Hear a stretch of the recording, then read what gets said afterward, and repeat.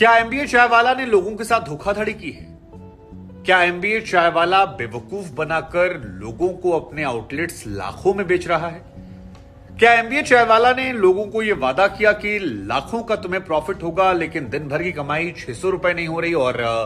जिन्होंने भरोसा किया वो सड़क पर आ रहे हैं? क्या एमबीए चाय वाला की बढ़ती लोकप्रियता से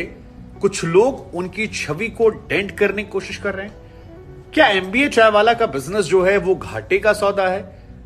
क्या एमबीए चाय वाला लोगों के पैसों पर महंगी महंगी गाड़ियां खरीद के अपने अपने परिवार वालों को ऐश करवा रहा है? दरअसल प्रफुल्ल बिल्लौरे जो एमबीए चाय वाला के नाम से मशहूर हैं, स्टार्टअप को लेकर मशहूर हैं, सोशल मीडिया पर बीते कुछ सालों में जिनका फैन बेस एकाएक बढ़ा है, उनके मोटिवेशनल वीडियोस या उनकी बातों को बहुत लोगों ने देखा, समझा, जाना, सोशल मीडिया पर खूब सारी तस्वीरें आई, अब कुछ समय से परेशान है। और इस परेशानी की वजह है कि कई अलग अलग जगहों पर उनके खिलाफ शिकायतें दर्ज करवाई गई और इस शिकायतों में कहा गया है कि हमने उन पर भरोसा किया, उन्होंने बहुत सारे कमिटमेंट किए, लेकिन अब जब सौदा नुकसान का हो रहा है तो फिर पैसों को लेकर गड़बड़ झाल हुई है।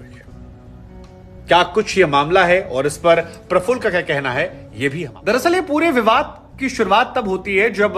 एक वीडियो सोशल मीडिया पर बहुत वायरल होता है, जहां पर एमबीए चाय वाला की फ्रेंचाइजी को लेकर एक लड़का 7 लड़कों को लेकर खड़ा होता है, 6-7 लड़कों को लेकर, और दावा करता है कि ये तमाम वो लड़के हैं जिन्होंने प्रफुल्ल से एमबीए चाय वाला की फ्रेंचाइजी खरीदी गई थी। इनका आरोप यह है कि इनको बड़े बड़े सपने दिखाए गए, इनसे कहा गया कि आपका प्रॉफिट रोज हजारों रुपए का होगा,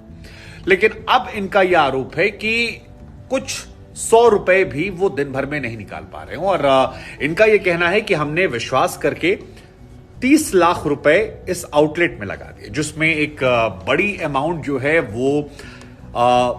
पूरे उनकी तस्वीरें में या फिर अंदर जो सेटअप किया जाता है जिससे आउटलेट का लुक जो है वो एमबीए चाय वाला हो जाए, उसको हमने दे दिया और कुछ पैसा इसमें हमने फ्रेंचाइजी को लेकर दिया।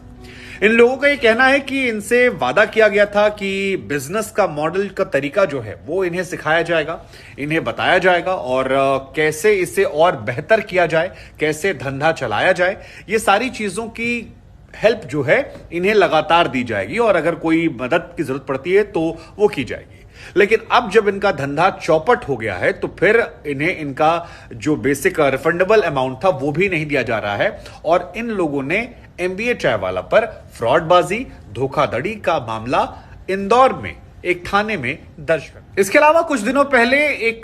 कॉल रिकॉर्डिंग जो है उसको भी वायरल सोशल मीडिया के जरिए किया गया था, जहां पर इंदौर में एक शख्स हैं युवराज, उनकी प्रफुल्ल से बात होती है और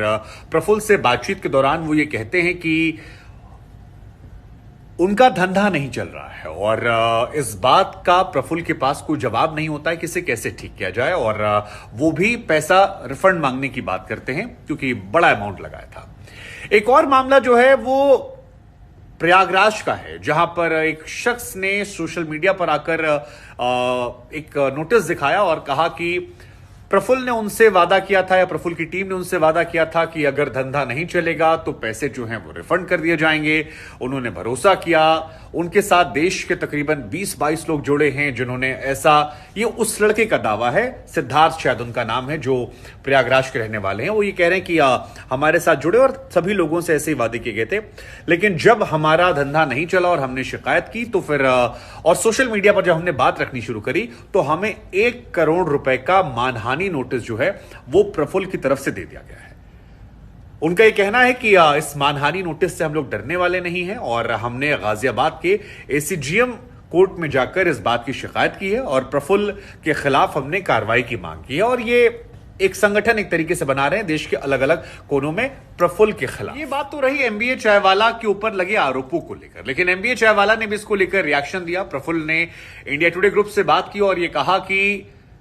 उनके कुछ आउटलेट्स को लेकर ऐसी परेशानियां आई हैं, कुछ लोग हैं जिनका बिजनेस जो है वो नहीं चल पा रहा है, उनको लेकर वो संवेदनशील हैं, उनको लेकर उन्हें दुख है, लेकिन प्रॉफिट और लॉस जो है वो मार्केट रिस्क के आधार पर होता है और कोई भी ये दावा नहीं कर सकता कि हम आपको प्रॉफिट दिला देंगे या आपका लॉस होगा तो हम आपको पैसे वापस कर देंगे। ऐसा कोई कमिटमेंट नहीं किया था। साथ ही वो ये भी आरोप लगाते हैं कि पैसा रिफंड करने की बात कभी नहीं कही गई थी। उन्होंने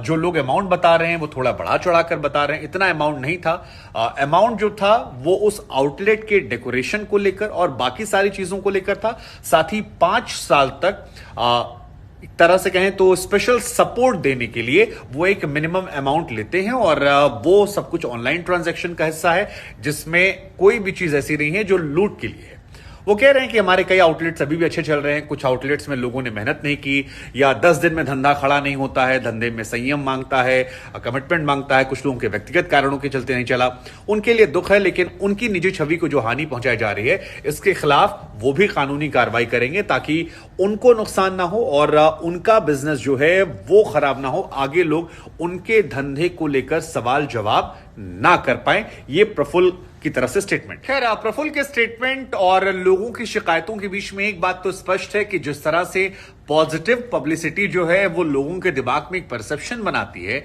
ऐसे ही कई बार नेगेटिव पब्लिसिटी जो है वो भी दिमाग में एक धारणा बना देती है। अब दोनों के अपने अपने फायदे होते हैं। जब आपकी पॉजिटिव पब्लिसिटी होती है तो आपका राइज तेज होता है। नेगेटिव पब्लिसिटी में कई बार हमने देखा है कि डाउनफॉल जो है वो तेजी से होता है। आपको क्या लगता है कि एमबीए चायवाला यानी प्रफुल्ल बिल्लौरे की तरफ से जो बातें कही गई, जो कहा गया कि उनका काम तो सर्विस प्रोवाइड करने का है, उनके नाम के आउटलेट्स जो हैं उसमें जो सामान वो देते हैं उसके पैसे चार्ज करते हैं, थोड़े से कस्टमर सपोर्ट को लेकर चार्ज करते हैं, वो जस्टिफाइड है या उन पर उनकी छवि को बदनाम करने की कोशिश की जा रही है क्योंकि कुछ आउटलेट्स नहीं चले? हालांकि ये भी सच है कि धंधा पानी हर इलाके का अलग अलग होता है, हर इलाके की डिमांड अलग होती है। या फिर वो जो तमाम लोग हैं, जो चाहे इलाहाबाद वाला लड़का हो जो कह रहा है कि 1 करोड़ के मानहानि का नोटिस दिया गया है, या इंदौर में वो 6-7 लोग जो हैं जो कह रहे हैं कि हमारा आउटलेट नहीं चला और हमसे कहा गया था कि आपको 10,000 का प्रॉफिट होगा लेकिन हम 6,000 रुपए नहीं कमा पा रहे हैं, अब हम अपने माँ बाप को मुंह कैसे दिखाएं? हमने 30-35 लाख रुपए प्रफुल्ल के नाम पर लगा दिए, उनके बिजनेस को देखकर लगा दिए, अब हम कहां पर जाएं? तो हमें लगा हम आपसे पूछते हैं इस पूरी खबर को बताने के बाद कि इस पर आपकी सोच क्या है, आप क्या रिएक्शन इस पर दे रहे हैं और आपको क्या लग रहा है, कौन सही है कौन गलत है, जरा कॉमेंट करें।